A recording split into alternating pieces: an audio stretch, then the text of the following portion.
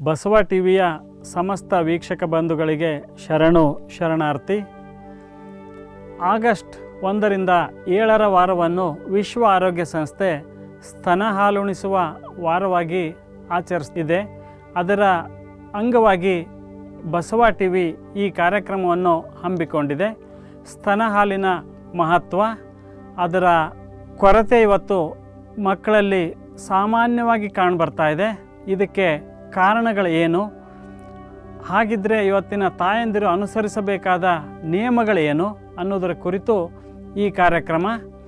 ಹಿಂದಿನ ಕಾರ್ಯಕ್ರಮದಲ್ಲಿ ನಾವು ಸ್ತನ ಹಾಲಿಗೆ ಪರ್ಯಾಯವಾಗಿ ಶಿಶು ಆಹಾರಗಳನ್ನು ಅದು ಬಾಟಲಿನ ಮೂಲಕ ಕೊಡಲಿಕ್ಕೆ ಪ್ರಾರಂಭಿಸಿದ ನಂತರ ಈ ತಾಯಂದಿರಲ್ಲಿ ಸ್ತನ ಹಾಲಿನ ಉತ್ಪತ್ತಿನೇ ಕಡಿಮೆ ಆಯಿತು ಅನ್ನೋದನ್ನು ನಾವು ತಿಳ್ಕೊಂಡಿದ್ದೀವಿ.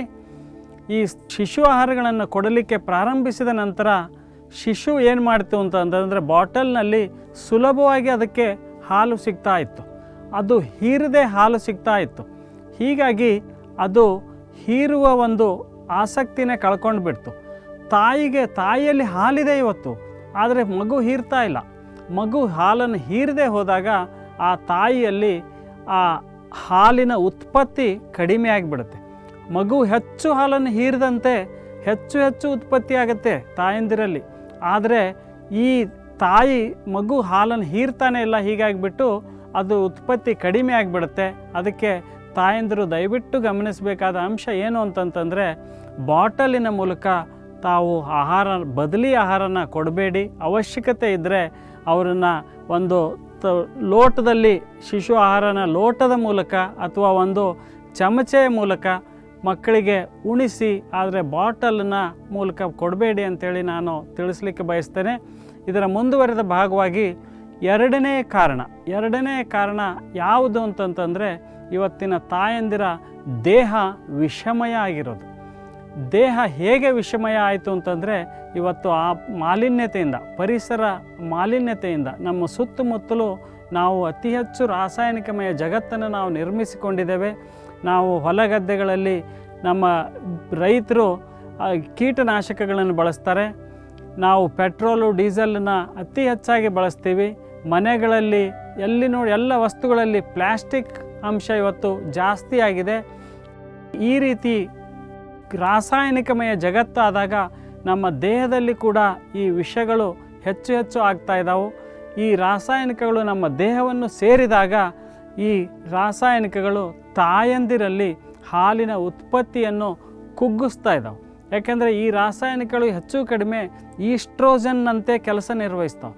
ಈ ಈಸ್ಟ್ರೋಜನ್ನು ಹೆಚ್ಚಿನ ಪ್ರಮಾಣದಲ್ಲಿ ತಾಯಂದಿರಿಗೆ ಆ ಸಮಯದಲ್ಲಿ ಸಿಕ್ಕರೆ ಅವರ ಹಾಲು ಉತ್ಪಾದನೆ ಕಡಿಮೆ ಆಗಿಬಿಡುತ್ತೆ. ಅದಕ್ಕೆ ನಾವು ಆದಷ್ಟು ಸ್ವಚ್ಛವಾದ ವಾತಾವರಣದಲ್ಲಿ ನಮ್ಮ ತಾಯಂದಿರನ್ನು ಇಡಬೇಕು. ಆ ಒಂದು ವಾತಾವರಣ ಅವರಿಗೆ ಸಿಕ್ಕರೆ ಅವರ ಹಾಲು ಉತ್ಪತ್ತಿ ಕೂಡ ಅದರಿಂದ ಜಾಸ್ತಿ ಆಗುತ್ತೆ. ವಿಜ್ಞಾನಿಗಳು ಸ್ತನ ಹಾಲಿನ ಮಹತ್ವದ ಕುರಿತು ಹೆಚ್ಚು ಅಭ್ಯಾಸ ಮಾಡಿದರೂ ಬಿಟ್ಟರೆ ಆ ಸ್ತನ ಹಾಲಿನ ಉತ್ಪಾದನೆ ಬಗ್ಗೆ ಅವರು ಆಸಕ್ತಿ ಅಷ್ಟೊಂದು ವಹಿಸಲಿಲ್ಲ. ಹೀಗಾಗಿ ಸ್ತನ ಹಾಲಿನ ಉತ್ಪಾದನೆ ಕಡಿಮೆ ಆಗ್ತಾ ಇದ್ದಂಗೆ ಅವರು ಎಚ್ಚೆತ್ತುಕೊಂಡ್ರು. ಯಾಕೆ ಆಗ್ತಾ ಇದೆ ಇದು ಅನ್ನೋದ್ರ ಕುರಿತು ಹೆಚ್ಚು ಸಂಶೋಧನೆಗಳನ್ನು ಅವರು ಮಾಡ್ತಾ ಹೋದರು. ಮಾಡಿದಾಗ ಅವರಿಗೆ ಅತ್ಯಂತ ಆಶ್ಚರ್ಯಕರ ವಿಚಾರಗಳು ಅವರ ಗಮನಕ್ಕೆ ಬಂದವು. ಈ ಕುರಿತು ವಿಜ್ಞಾನಿಗಳು ಏನು ಹೇಳ್ತಾರೆ, ಯಾವ್ಯಾವ ಕಾರಣಗಳನ್ನು ಅವರು ತಿಳಿಸ್ತಾರೆ ಅನ್ನೋದನ್ನು ನಾವು ಈ ಸಂಚಿಕೆಯಲ್ಲಿ ನಾನು ತಮಗೆ ತಿಳಿಸಲಿಕ್ಕೆ ಬಯಸ್ತೇನೆ. ಹಲವಾರು ದೇಶಗಳಲ್ಲಿ ಸಂಶೋಧನೆಗಳನ್ನು ವಿಜ್ಞಾನಿಗಳು ನಡೆಸಿದರು. ಯಾವ ತಾಯಂದಿರಲ್ಲಿ ಹೆಚ್ಚು ರಾಸಾಯನಿಕಗಳು ಇವೇನೋ ಆ ತಾಯಂದಿರಲ್ಲಿ ಹಾಲಿನ ಉತ್ಪಾದನೆ ಕುಗ್ಗಿತ್ತು. ಇದು ಗಮನಕ್ಕೆ ಬಂದು ಈ ತಾಯಂದಿರ ದೇಹ ಸೇರಿದ ಪರಿಸರದಲ್ಲಿನ ರಾಸಾಯನಿಕಗಳು ಸ್ತನ ಹಾಲಿನ ಉತ್ಪಾದನೆಯಲ್ಲಿ ಕೊರತೆ ಉಂಟು ಮಾಡ್ತಾವೋ ಅನ್ನೋದನ್ನು ಸ್ಪಷ್ಟವಾಗಿ ವಿಜ್ಞಾನಿಗಳು ನಿರೂಪಿಸಿದರು. ಮೊದಲನೆಯದಾಗಿ ಸ್ತನ ಹಾಲು DDTಯಿಂದ ವಿಷಪೂರಿತ ಆಗಿತ್ತು ಅನ್ನೋ ವಿಚಾರವನ್ನು 1949ರಲ್ಲಿಯೇ ಮಾರ್ಟನ್ ಬಿ ಸ್ಕಿಂಡ್ ಎಂಬ ವೈದ್ಯರು ಗುರುತಿಸ್ತಾರೆ. DDT ಅಂತಹ ಕೀಟನಾಶಕಗಳ ಸಂಪರ್ಕದಲ್ಲಿ ಇರದೇ ಇರೋ ತಾಯಂದಿರ ಹಾಲಿನಲ್ಲಿ ಕೂಡ DDTಯ ಅಂಶಗಳು 1951ರಲ್ಲಿ ವಿಜ್ಞಾನಿಗಳು ಪ್ರಥಮ ಬಾರಿಗೆ ಕಂಡುಹಿಡಿದರು. ಅಂದರೆ DDT ನಮ್ಮ ಗಾಳಿಯಲ್ಲಿ ಹಾಸುವಕ್ಕಾಗಿದೆ. ಹೀಗಾಗಿ ಆ ತಾಯಿ DDTಯ ಸಂಪರ್ಕದಲ್ಲಿ ಇರಲಿ ಬಿಡಲಿ ಅವಳ ದೇಹವನ್ನು DDT ಸೇರ್ತಾ ಇದೆ ಅನ್ನೋದನ್ನು ಸ್ಪಷ್ಟಪಡಿಸಿದರು. ಮಾನವರು ಉಪಯೋಗ ಮಾಡ್ತಾ ಇರೋ ವಿಷವಸ್ತುಗಳು ತಾಯಿಯ ಹಾಲನ್ನು ಕೂಡ ಇವತ್ತು ಕಲುಷಿತಗೊಳಿಸಿದ್ದು ಜಗತ್ತನ್ನು ದಂಗಾಗಿಸ್ತು.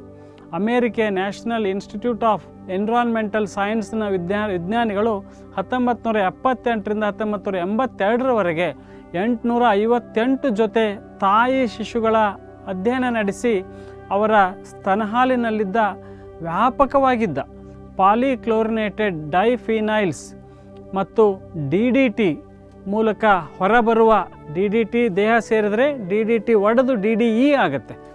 ಈ DDEಯನ್ನು ಕೂಡ ಅವರು ತಾಯಿ ಹಾಲಲ್ಲಿ ಪತ್ತೆ ಮಾಡಿದರು. ಈ DDE ಹೆಚ್ಚು ತಾಯಂದಿರಲ್ಲಿ ಯಾವ ತಾಯಂದಿರಲ್ಲಿ ಹೆಚ್ಚಿತ್ತೋ ಅವರಲ್ಲಿ ಅದರ ಈಸ್ಟ್ರೋಜನ್ ಗುಣಗಳಿಂದಾಗಿ ಸ್ತನಹಾಲಿನ ಕೊರತೆ ಉಂಟಾಗಿರೋದನ್ನು ಕೂಡ ಅವರು ಗುರುತಿಸಿದರು. ಸಂಶೋಧನೆಗಳ ಆಧಾರದ ಮೇಲೆ ವಿಜ್ಞಾನಿಗಳು 1950ರ ನಂತರ ಜನಿಸಿದ ಪ್ರತಿಯೊಬ್ಬರ ರಕ್ತದಲ್ಲಿಯೂ ಕೂಡ ಇವತ್ತು DDT ಅಂಶಗಳು ಲಭ್ಯ ಇವೆ ಎಂಬ ಆಘಾತಕಾರಿ ಅಂಶವನ್ನು ಕೂಡ ಅವರು ಬೆಳಕಿಗೆ ತರ್ತಾರೆ. ನಮ್ಮ ದೇಶದಲ್ಲಿ ಆಂಧ್ರ ಪ್ರದೇಶದ ತಾಯಂದಿರ ಹಾಲಿನಲ್ಲಿ ಹೆಚ್ಚು DDT ಇದೆ. ಇಡೀ ದೇಶದ ತುಂಬ DDTಯ ಬಳಕೆಯನ್ನು ಸಾಕಷ್ಟು ರಾಷ್ಟ್ರಗಳು ನಿಷೇಧಿಸಿದವು. ಆದರೆ ಭಾರತ ಅದಕ್ಕೆ ಇನ್ನೂ ನಿಷೇಧಿಸಿಲ್ಲ. ಇದು ಆತಂಕದ ಸಂಗತಿ. ಉತ್ತರ ಮೆಕ್ಸಿಕೋ ದೇಶದಲ್ಲಿ ಒಂದು ಸಂಶೋಧನೆ ನಡೀತು. ಅಲ್ಲಿ ಹೆಚ್ಚು DDE ಹೊಂದಿರುವ ತಾಯಂದಿರು ಕೇವಲ 3 ತಿಂಗಳು ಹಾಲುಣಿಸ್ತಾರೆ ಮಗುವಿಗೆ. ಆದರೆ ಕಡಿಮೆ DDE ಹೊಂದಿರೋ ತಾಯಂದಿರು 7.5 ತಿಂಗಳು ಹಾಲುಣಿಸಲಿಕ್ಕೆ ಸಾಧ್ಯ ಆಗಿತ್ತು. ಇನ್ನು ಮಿಚಿಗನ್ನಲ್ಲಿ ಒಂದು ಅಧ್ಯಯನ ನಡೀತು. ಇದು ಪ್ರಥಮ ಬಾರಿಗೆ ತಾಯಿಯಾದವರಲ್ಲಿ ಹೆಚ್ಚು DDE ಹೊಂದಿರೋದವರಲ್ಲಿ 13 ವಾರ ಮತ್ತು ಕಡಿಮೆ DDE ಹೊಂದಿರುವವರಲ್ಲಿ 30.3 ವಾರ ಹಾಲುಣಿಸಲಿಕ್ಕೆ ಸಾಧ್ಯವಾಗಿದ್ದನ್ನು ತಿಳಿಸಿತು. ಪರ್ಫ್ಲೋರೋ ಆಕ್ಸಾನೋಯಿಕ್ ಆಸಿಡ್ ಎಂಬ ಪರ್ಫ್ಲೋರೋ ಅಲ್ಕೈಲ್ ವಸ್ತುಗಳು ವಾತಾವರಣದ ಮೂಲಕ ದೇಹವನ್ನು ಸೇರಿದ್ದು ಇವುಗಳ ಪ್ರಮಾಣ ತಾಯಂದಿರಲ್ಲಿ ದೇಹದಲ್ಲಿ ಹೆಚ್ಚಾಗಿದ್ದಲ್ಲಿ ಅದು ಸ್ತನಹಾಲಿನ ಮೂಲಕ ಹೊರಗೆ ಬರುತ್ತೆ. ಹಾಗೂ ಆ ತಾಯಿ ಹಾಲನ್ನು ಕಡಿಮೆ ಪ್ರಮಾಣದಲ್ಲಿ ಕೊಡ್ತಾಳೆ ಅನ್ನೋ ಆಘಾತಕಾರಿ ವಿಚಾರವನ್ನು ಎನ್ವಿರಾನ್ಮೆಂಟಲ್ ಹೆಲ್ತ್ ಪರ್ಸ್ಪೆಕ್ಟಿವ್ಸ್ ಎಂಬ ಆರೋಗ್ಯ ಒಂದು ಮ್ಯಾಗ್ಜಿನ್ ಏನು ಹೇಳುತ್ತೆ, ಜನವರಿ 2017ರ ಸಂಚಿಕೆಯಲ್ಲಿ ಅದು ತಿಳಿಸ್ತು.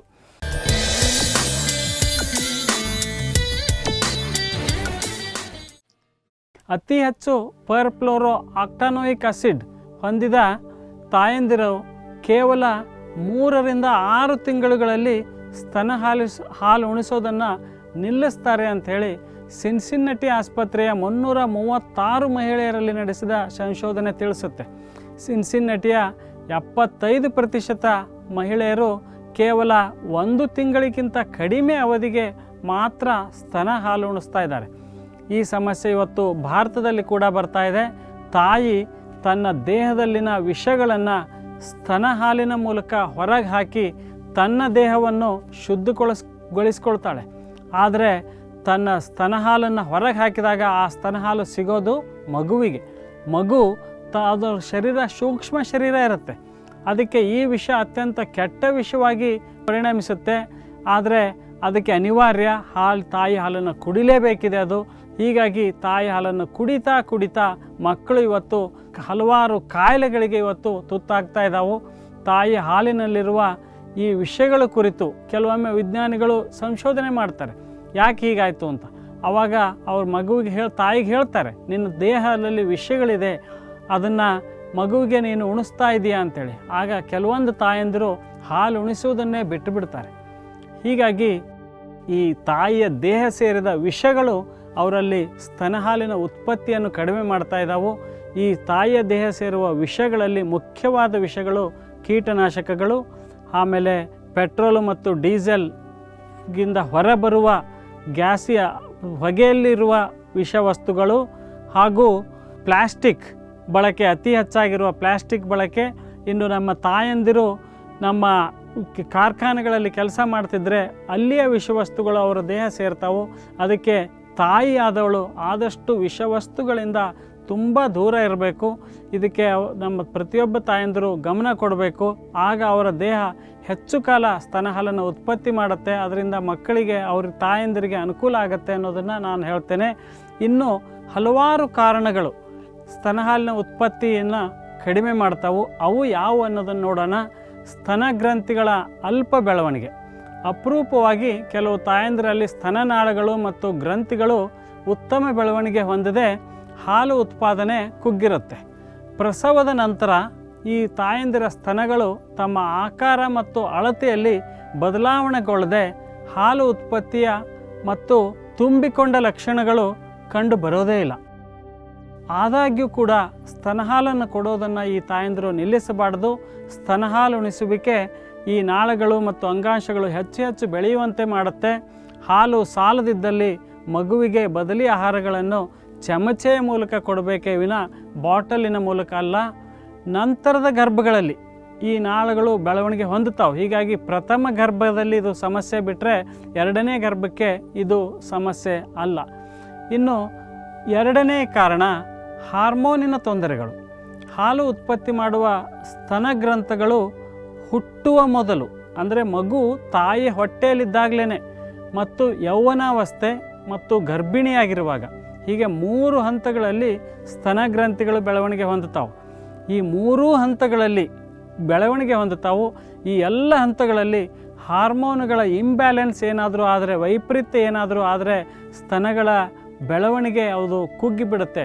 ಪಾಲಿಸಿಸ್ಟಿಕ್ ಓವರಿ ಸಿಂಡ್ರೋಮು, ಥೈರಾಯ್ಡ್ ಹಾರ್ಮೋನಿನ ಕಡಿಮೆ ಅಥವಾ ಹೆಚ್ಚಿನ ಸ್ರಾವ, ಮಧುಮೇಹ, ಹೆಚ್ಚಿನ ರಕ್ತದ ಒತ್ತಡ ಅಥವಾ ಹಾರ್ಮೋನಿನ ಸಮಸ್ಯೆಗಳಿಂದಾಗಿ ಇವತ್ತು ನಮ್ಮ ಮಹಿಳೆಯರು ಗರ್ಭಧರಿಸುವುದೇ ಒಂದು ದೊಡ್ಡ ಸಮಸ್ಯೆ ಆಗಿದೆ. ಅದ್ರ ಜೊತೆಗೆ ಈ ಕಾಯಿಲೆಗಳಿದ್ದರೆ ಅವರಲ್ಲಿ ಸ್ತನ ಹಾಲಿನ ಉತ್ಪತ್ತಿ ಕೂಡ ಕಡಿಮೆ ಆಗಿರುತ್ತೆ. ಯಾಕೆಂದರೆ ಸ್ತನಕ್ಕೆ ಹಾಲು ಉತ್ಪಾದಿಸಲು ಹಾರ್ಮೋನುಗಳು ಸೂಚನೆ ಕೊಡಬೇಕು. ಈ ಸೂಚನೆಯನ್ನು ಸ್ತನಕ್ಕೆ ಹಾರ್ಮೋನುಗಳ ವೈಪರೀತ್ಯ ಇರೋದ್ರಿಂದ ಈ ಸೂಚನೆ ಸಿಗಲ್ಲ. ಹೀಗಾಗಿ ಹಾಲಿನ ಉತ್ಪಾದನೆ ಕಡಿಮೆ ಆಗಿಬಿಡುತ್ತೆ. ಅದಕ್ಕೆ ಈ ಥರದ ಕಾಯಿಲೆಗಳಿದ್ದವರು ತಾಯಂದಿರು ದಯವಿಟ್ಟು ಆ ಕಾಯಿಲೆಗಳನ್ನು ಗುಣಪಡಿಸ್ಕೋಬೇಕು. ಆಗ ಅವರಿಗೆ ಹೆಚ್ಚು ಹಾಲು ಉಣಿಸಲಿಕ್ಕೆ ಅವರಿಗೆ ಅನುಕೂಲ ಆಗುತ್ತೆ. ಇನ್ನು 3ನೇ ಕಾರಣ ಸ್ತನ ಶಸ್ತ್ರಕ್ರಿಯೆ ಅಥವಾ ಸ್ತನಕ್ಕೆ ಏನಾದರೂ ಹಾನಿಯಾಗಿದ್ದರೆ. ಕೆಲವು ಜನ ಮಹಿಳೆಯರಿಗೆ ವೈದ್ಯಕೀಯ ಮತ್ತು ಸೌಂದರ್ಯದ ಕಾರಣಗಳಿಗಾಗಿ ತಮ್ಮ ಸ್ತನ ಚೆನ್ನಾಗಿ ಕಾಣಬೇಕು ಅಂತ ಹೇಳಿಬಿಟ್ಟು ಅವರು ಸ್ತನ ಶಸ್ತ್ರಕ್ರಿಯೆ ಮಾಡ್ಕೊಳ್ತಾರೆ.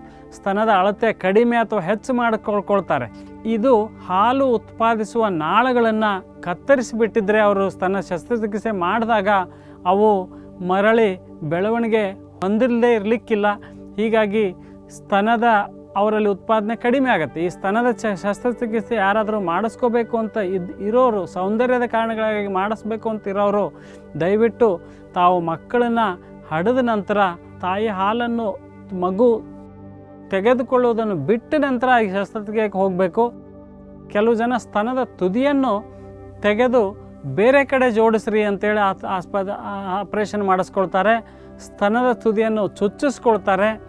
ಮತ್ತು ಕೆಲವೊಮ್ಮೆ ಅದು ಸುಟ್ಟಿರಿದ್ದಾಗ ಅಥವಾ ಪೆಟ್ಟು ಬಿದ್ದಾಗ ರೇಡಿಯೇಷನ್ ಥೆರಪಿ ಅಂತ ಮಾಡಿಸ್ಕೊಳ್ತಾರೆ. ಇನ್ನೂ ಕೆಲವರಲ್ಲಿ ಆನುವಂಶೀಯ ತೊಂದರೆಗಳಿರುತ್ತೆ. ಹೀಗಾಗಿ ಅದು ಸ್ತನಹಾನಿ ಆಗಿರುತ್ತೆ. ಹೀಗಾಗಿ ಇವುಗಳೆಲ್ಲದಿಂದಾಗಿ ಸ್ತನಹಾಲಿನ ಪೂರೈಕೆ ಕಡಿಮೆಯಾಗಿ ಮಾಮೂಲಿನಂತಾಗದೆ ಅದು ಇರುವ ಸಾಧ್ಯತೆ ಕೂಡ ಇದೆ. ನನ್ನ ಮಗುವಿಗೆ ನಾನು ಹೆಚ್ಚು ಸ್ತನ ಹಾಲು ಕುಡಿಸಲೇಬೇಕು ಅನ್ನೋ ತಾಯಂದಿರು ದಯವಿಟ್ಟು ಈ ಥರದ ಶಸ್ತ್ರಚಿಕಿತ್ಸೆಗಳಿಂದ ದೂರ ಇರೋದು ತುಂಬ ಒಳ್ಳೆಯದು. ಇನ್ನು 4ನೇ ಕಾರಣ ಹಾರ್ಮೋನಿನ ಮೂಲಕ ಜನನ ನಿಯಂತ್ರಣ. ಕೆಲವು ಜನ ತಾಯಿ ಆದ ನಂತರ ಅವರು ಹಾರ್ಮೋನುಗಳನ್ನು ತೆಗೆದುಕೊಳ್ತಾರೆ. ಮುಂದಿನ ಗರ್ಭ ಬೇಗ ಆಗಬಾರ್ದು ಅಂಥೇಳಿ ಹಾರ್ಮೋನನ್ನು ಸೇವಿಸಲಿಕ್ಕೆ ಪ್ರಾರಂಭ ಮಾಡ್ತಾರೆ. ಪಿಲ್ಸ್, ಕಾಂಟ್ರಸೆಪ್ಟಿವ್ ಪಿಲ್ಸ್ ಅಂತ ಹೇಳ್ತೀವಿ. ಇವು ಈಸ್ಟ್ರೋಜನ್ ಯುಕ್ತ ಆಗಿರ್ತಾವೆ. ಜನನ ನಿಯಂತ್ರಣಕ್ಕೆ ಈ ಔಷಧಿಗಳು ಸಹಾಯ ಮಾಡ್ತಾವೆ. ಆದರೆ ಅವರ ತಾಯಂದಿರು ಈ ಔಷಧಿಗಳನ್ನು ಪ್ರಾರಂಭ ಮಾಡ್ತಾ ಇದ್ದಂಗೆಲೇ ಅವರ ಸ್ತನ ಹಾಲು ಉತ್ಪಾದನೆ ಕಡಿಮೆ ಮಾಡೋ ಶಕ್ತಿ ಕೂಡ ಈ ಔಷಧಿಗಳಿಗಿರುತ್ತೆ. ಆದರೆ ಈ ಈಸ್ಟ್ರೋಜನ್ ಯುಕ್ತ ಔಷಧಿಗಳನ್ನು ಬಳಸದೆ ಕೆಲವು ಜನ ಪ್ರೊಜೆಸ್ಟ್ರಾನ್ ಅನ್ನೋ ಔಷಧಿಗಳನ್ನು ಬಳಸ್ತೀವಿ ಮಗು ಅಂತ ಹೇಳ್ತಾರೆ. ಆದರೆ ಯಾವುದೇ ಕಾರಣ ಇರಲಿ, ಮಗುವಿಗೆ 2 ತಿಂಗಳ ಆಗೋದ್ರೊಳಗೆ ಯಾವುದೇ ಔಷಧಿಗಳನ್ನು, ಅದು ಹಾರ್ಮೋನ್ಯುಕ್ತ ಔಷಧಿಗಳನ್ನು ಬಳಸದಿರೋದು ಒಳ್ಳೆಯದು. ಮಗುವಿನ ಪಿತ್ತಜನಕಾಂಗ ಈ ಹಾರ್ಮೋನುಗಳನ್ನು, ಅದು ಮಗುವಿಗೆ ಸಿಗುತ್ತೆ ಈ ಔಷಧಿ, ಈ ಹಾರ್ಮೋನುಗಳನ್ನು ಪರಿವರ್ತನೆಗೊಳಿಸುವ ಶಕ್ತಿಯನ್ನು ಹೊಂದಿರೋದಿಲ್ಲ. ಹೀಗಾಗಿ ಆ 2 ತಿಂಗಳ ಅವಧಿಯಲ್ಲಿ ಯಾವುದೇ ಥರದ ಔಷಧಿಗಳನ್ನು ಬಳಸಬಾರ್ದು. ಯಾವುದೇ ಔಷಧಿ ಬಳಸ್ತಾ ಇದ್ದಾಗ ತಾಯಿಗೆ ಗೊತ್ತಾಗತ್ತೆ, ಈ ಔಷಧಿ ತೊಗೊಂಡ್ರೆ ನನಗೆ ಸ್ತನ ಹಾಲು ಕಡಿಮೆ ಆಗುತ್ತೆ ಅಂತ. ಇದು ಗೊತ್ತಾದ ತಕ್ಷಣ ಈ ಔಷಧಿ ಬಳಕೆಯನ್ನು ಅವರು ನಿಲ್ಲಿಸಿಬಿಡಬೇಕು. ಇನ್ನೂ ಕೆಲವು ಜನ ಈ ಜನನ ನಿಯಂತ್ರಣಕ್ಕಾಗಿ ಡಿಪೋ-ಪ್ರೊವೆರಾದಂತಹ ಒಂದು ಇಂಜೆಕ್ಷನನ್ನು ಅವರು ತೆಗೆದುಕೊಳ್ತಾರೆ. ಇದು 3 ತಿಂಗಳಿನವರೆಗೂ ಅವರ ದೇಹದಲ್ಲಿರುತ್ತೆ. ಹೀಗಾಗಿ ಒಮ್ಮೆ ಒಂದು ಇಂಜೆಕ್ಷನ್ ತೊಗೊಂಡ್ರೆ 3 ತಿಂಗಳು ಅವ್ರ ದೇಹದಲ್ಲಿ ಇದು ಇದ್ದೇ ಇರುತ್ತೆ. ಹೀಗಾಗಿ ಆ ಥರದ ಇಂಜೆಕ್ಷನ್ಗಳನ್ನು ಯಾರು ತೆಗೆದುಕೊಳ್ಳಕೂಡ್ದು. ಯಾಕೆಂದರೆ ಅವು 3 ತಿಂಗಳಿನವರೆಗೂ ಪ್ರಭಾವ ಹೊಂದಿದ್ದು ಮಧ್ಯ ನಿಲ್ಲಿಸಲಿಕ್ಕೆ ಬರೋದೇ ಇಲ್ಲ. ಈಸ್ಟ್ರೋಜನ್ ಔಷಧಿಗಳನ್ನು ಕನಿಷ್ಠ 6 ತಿಂಗಳು, ಅಂದರೆ ಮಗು ಘನಾಹಾರ ಸೇವಿಸಲು ಪ್ರಾರಂಭಿಸಿದ ನಂತರ ತೆಗೆದುಕೊಳ್ಬೋದು, ಬಿಟ್ಟರೆ ಮುಂಚೆ ಅಲ್ಲ.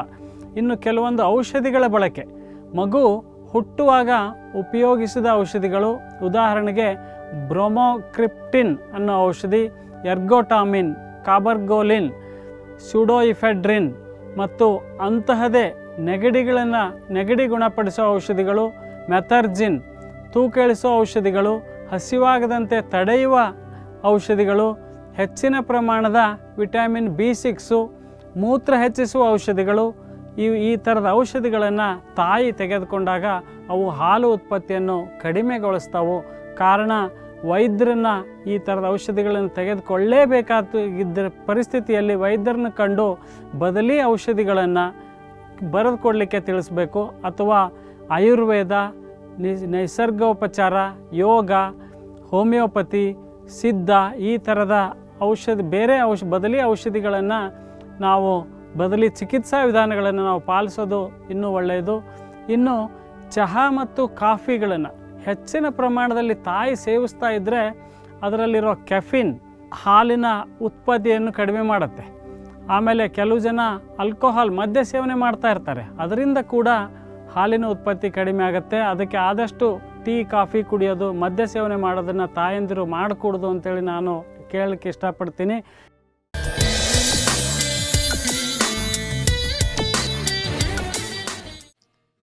ಇನ್ನು 6ನೇ ಕಾರಣ ಹಾಲು ಹೀರುವ ತೊಂದರೆಗಳು ಅಥವಾ ಶರೀರಶಾಸ್ತ್ರದ ಸಮಸ್ಯೆಗಳು.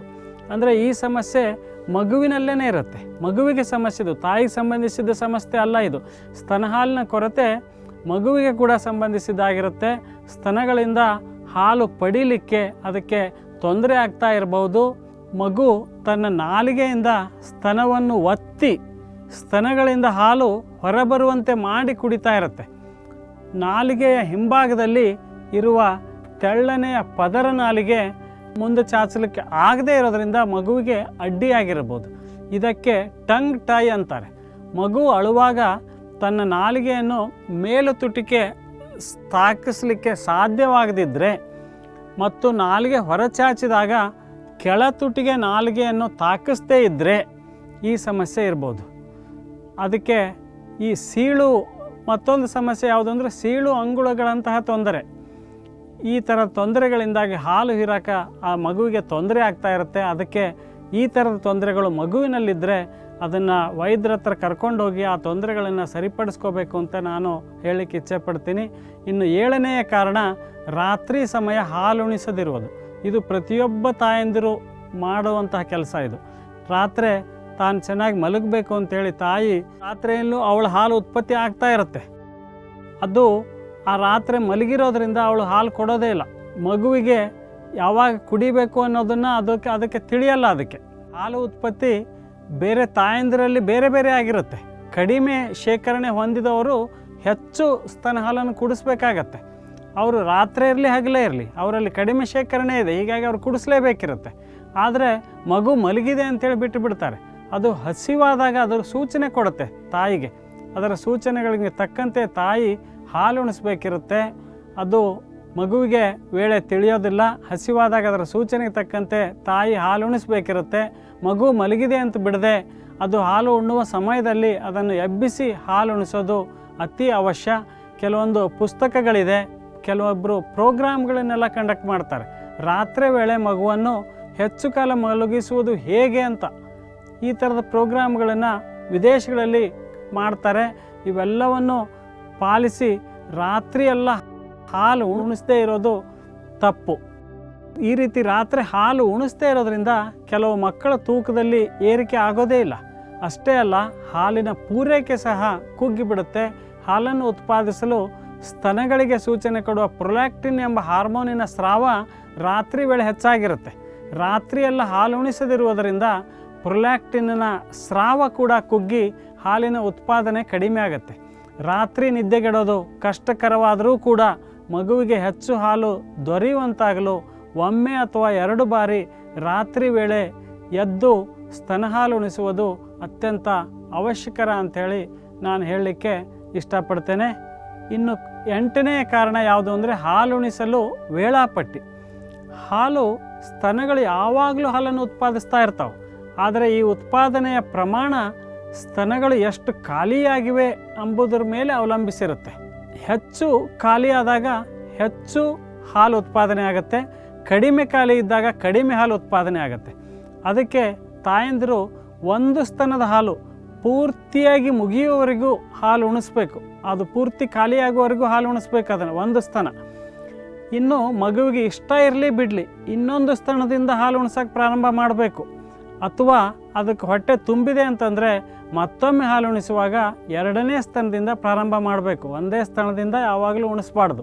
ಹೀಗೆ ಮಾಡೋದರಿಂದ 2 ಸ್ತನಗಳಿಗೆ ಹಾಲು ತಯಾರಿಸಲು ಉತ್ತೇಜನ ದೊರಕುತ್ತೆ. ಹೀಗಾಗಿ ಶಿಶುಗಳ ಬೇಡಿಕೆಗೆ ತಕ್ಕಂತೆ ಪದೇ ಪದೇ ಹಾಲು ಉಣಿಸೋದ್ರಿಂದ ಸ್ತನಗಳು ಬಹುಕಾಲ ಖಾಲಿಯಾಗಿರೋದರಿಂದ ಹೆಚ್ಚು ಹಾಲು ಉತ್ಪತ್ತಿ ಆಗುತ್ತೆ ತಾಯಂದಿರಲ್ಲಿ. ಇನ್ನು ಕೆಲವೊಂದು ಕಾಯಿಲೆಗಳು ಕೂಡ ಸ್ತನ ಹಾಲನ್ನು ಉತ್ಪಾದನೆಯನ್ನು ಕಡಿಮೆ ಮಾಡ್ತಾವೆ. ಅದರಲ್ಲಿ ಮುಖ್ಯವಾಗಿ ಹೈಪೋಥೈರಾಯ್ಡಿಸಮ್ ಅಂದರೆ ಥೈರಾಯ್ಡ್ ಗ್ರಂಥಿಗೆ ಸಂಬಂಧಿಸಿದ ಕಾಯಿಲೆ. ಕೆಲವು ಮಹಿಳೆಯರು ಮೊದಲ ಬಾರಿಗೆ ಗರ್ಭಧರಿಸಿದ ಮತ್ತು ಸ್ತನ ಹಾಲು ಉಣಿಸುವ ಸಮಯದಲ್ಲಿ ಈ ಕಾಯಿಲೆಗೆ ಕೂಡ ತುತ್ತಾಗ್ತಾರೆ. ಹಾಲು ಹೆಚ್ಚು ಮಾಡಲು ಎಷ್ಟೇ ಪ್ರಯತ್ನ ಪಟ್ಟರೂ ಸಹಿತ ಫಲಕಾರಿ ಆಗದೇ ಇದ್ದಾಗ ಅವರಿಗೆ ಹೈಪೋಥೈರಾಯ್ಡಿಸಮ್ ಎಂಬ ಕಾಯಿಲೆ ಇರ್ಬೋದು. ಅದಕ್ಕೆ ಆ ಕಾಯಿಲೆಯನ್ನು ಅವರು ಗುಣಪಡಿಸ್ಕೋಬೇಕು. ಆಮೇಲೆ ಇನ್ನು ಜಾಂಡಿಸ್ ಅನ್ನೋ ಕಾಯಿಲೆ ಹುಟ್ಟಿದ ಮಕ್ಕಳಲ್ಲಿ ಸಾಮಾನ್ಯವಾಗಿ ಈ ಕಾಯಿಲೆ ಕಂಡುಬರುತ್ತೆ. ಹೀಗಾಗಿ ಈ ಜಾಂಡಿಸ್ ಕಾಯಿಲೆಯಿಂದ ಮಗು ಹೆಚ್ಚು ನಿದ್ರಿಸುತ್ತೆ, ಹಾಲು ಕುಡಿಯೋದನ್ನು ಕಡಿಮೆ ಮಾಡುತ್ತೆ.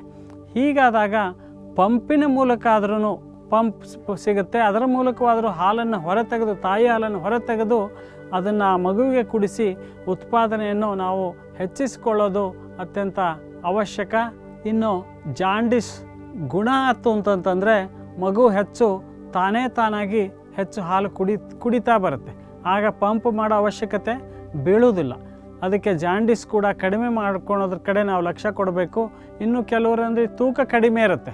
ಹಾಲು ಉಣಿಸೋ ಸಮಯದಲ್ಲಿ ತಕ್ಷಣ ತಿಂಗಳಿಗೆ 2 ಕಿಲೋಗಿಂತ ತೂಕ ಕಡಿಮೆ ಆಗಬಾರ್ದು. ಇದಕ್ಕಿಂತ ಹೆಚ್ಚಿಗೆ ತೂಕ ಕಡಿಮೆ ಆದರೆ ಸ್ತನ ಹಾಲು ಕೂಡ ಉತ್ಪತ್ತಿ ಕಡಿಮೆ ಆಗುತ್ತೆ. ಇದು ತಾಯಂದಿರಲ್ಲಿ ಆಗುತ್ತೆ. ಅದಕ್ಕೆ ತೂಕ ಕಡಿಮೆ ಮಾಡುವ ಔಷಧಿಗಳನ್ನು ಮತ್ತು ಪಾನೀಯಗಳನ್ನು ನಾವು ಆ ಸಮಯದಲ್ಲಿ ನಿಲ್ಲಿಸಬೇಕು. ಅವುಗಳನ್ನು ಗರ್ಭಧರಿಸಿದಾಗ ಹಾಲು ಉಣಿಸೋ ಸಮಯದಲ್ಲಿ ನಾವು ನಿಲ್ಲಿಸಬೇಕು ಮತ್ತು ಹೆಚ್ಚು ಪೋಷಕಾಂಶವುಳ್ಳ ಆಹಾರಗಳನ್ನು ನಾವು ಸೇವಿಸಬೇಕು. ನಮ್ಮ ತೂಕ ನಾವು ಯಾವತ್ತಿಗೂ ಕಡಿಮೆ ಆಗಲಾರ್ದಂಗೆ ಈ ತಾಯಂದಿರು ನೋಡ್ಕೊಳ್ಬೇಕು. ಇನ್ನು ಕೆಲವು ಜನ ರಕ್ತಹೀನತೆಯಿಂದ ಬಳಲೋ ತಾಯಂದಿರುಗಳು ಕೂಡ ಸ್ತನ ಹಾಲುಗಳು ಮುಚ್ಚಿಬಿಡ್ತಾವೆ. ಅವರಲ್ಲಿ ಸ್ತನ ಸೋಂಕಿಗೆ ಅವರು ತುತ್ತಾಗ್ತಾರೆ. ಇನ್ನು ಖಿನ್ನತೆ, ಹಸಿವು, ಜ್ವರ, ಸ್ತನ ರೋಗ ಅಥವಾ ಡಯರಿಯಾ, ನಿರ್ಜಲೀಕರಣ ಅಂತ ಹೇಳ್ತೀವಿ, ಈ ಥರದ ಕಾಯಿಲೆಗಳಲ್ಲಿ ಕೂಡ ಸ್ತನ ಹಾಲಿನ ಉತ್ಪಾದನೆ ತಾತ್ಕಾಲಿಕವಾಗಿ ಕಡಿಮೆ ಆಗುತ್ತೆ. ಅದಕ್ಕೆ ಈ ಥರದ ಕಾಯಿಲೆಗಳನ್ನು ನಾವು ಗುಣಪಡಿಸ್ಕೊಳ್ಳೋಕ್ಕೆ ಹೆಚ್ಚು ಒತ್ತು ಕೊಡಬೇಕು. ಇನ್ನು 10ನೆಯ ಕಾರಣ ಉತ್ತಮ ಆಹಾರದ ಕೊರತೆ. ಗರ್ಭಿಣಿ ಇದ್ದಾಗ ಉತ್ತಮ ಆಹಾರದ ಕೊರತೆ ಮತ್ತು ಅತಿಯಾದ ತೂಕ ಹೊಂದಿರುವುದು ಕೂಡ ಕಡಿಮೆ ಅವಧಿಗೆ ಸ್ತನ ಹಾಲು ಉಣಿಸುವುದಕ್ಕೆ ಕಾರಣ ಆಗುತ್ತೆ. ಪ್ರತಿಯೊಂದು ಮಗುವಿಗೂ ಪೋಷಕಾಂಶವುಳ್ಳ ಆಹಾರ ಸೇವನೆಯ ಹಕ್ಕಿರುತ್ತೆ. ಅದಕ್ಕೆ convention of rights of child's ಅನ್ನೋರು ಈ ವಿಚಾರನ ಹೇಳ್ತಾರೆ. ಪೋಷಕಾಂಶಗಳ ಕೊರತೆಯಿಂದಾಗಿ ಪ್ರತಿ ವರ್ಷ 2.7 ಮಿಲಿಯನ್ ಅಥವಾ 45% ಮಕ್ಕಳು ಹಸು ನೀಗ್ತಾ ಇದ್ದಾರೆ. 2015ರಲ್ಲಿ ಜಗತ್ತಿನಲ್ಲಿ 156 ಮಿಲಿಯನ್ 5 ವರ್ಷದೊಳಗಿನ ಮಕ್ಕಳು ವಯಸ್ಸಿಗೆ ತಕ್ಕಂತೆ ಎತ್ತರವನ್ನು ಹೊಂದಿರಲಿಲ್ಲ. 50 ಮಿಲಿಯನ್ ಮಕ್ಕಳಲ್ಲಿ ಎತ್ತರಕ್ಕೆ ತಕ್ಕಂತೆ ತೂಕ ಇರಲಿಲ್ಲ, ಅವರು ಬಡವಾಗಿದ್ದರು. 42 ಮಿಲಿಯನ್ರು ದಡೂತಿ ದೇಹ ಹೊಂದಿದ್ರು. ಕೇವಲ 43% ಮಕ್ಕಳು 6 ತಿಂಗಳವರೆಗೆ ಸ್ತನ ಹಾಲು ಸೇವಿಸಿದ್ರು. ಕೆಲವೇ ಮಕ್ಕಳು ಉತ್ತಮ ಪೋಷಕಾಂಶವುಳ್ಳ ಬದಲಿ ಆಹಾರ ಸೇವಿಸಿದ್ರು. ಹಲವಾರು ಈ ರೀತಿಯ ವಿಚಾರಗಳನ್ನು ನಾವು ಇನ್ನೂ ಹೆಚ್ಚಾಗಿ ಮುಂದಿನ ಸಂಚಿಕೆಯಲ್ಲಿ ನೋಡೋಣ. ಈ ಕಾರ್ಯಕ್ರಮ ವೀಕ್ಷಿಸಿದ ಪ್ರತಿಯೊಬ್ಬ ಬಸವಟಿಯ ವೀಕ್ಷಕರಿಗೆ ನಾನು ಶರಣಾರ್ಥಿ.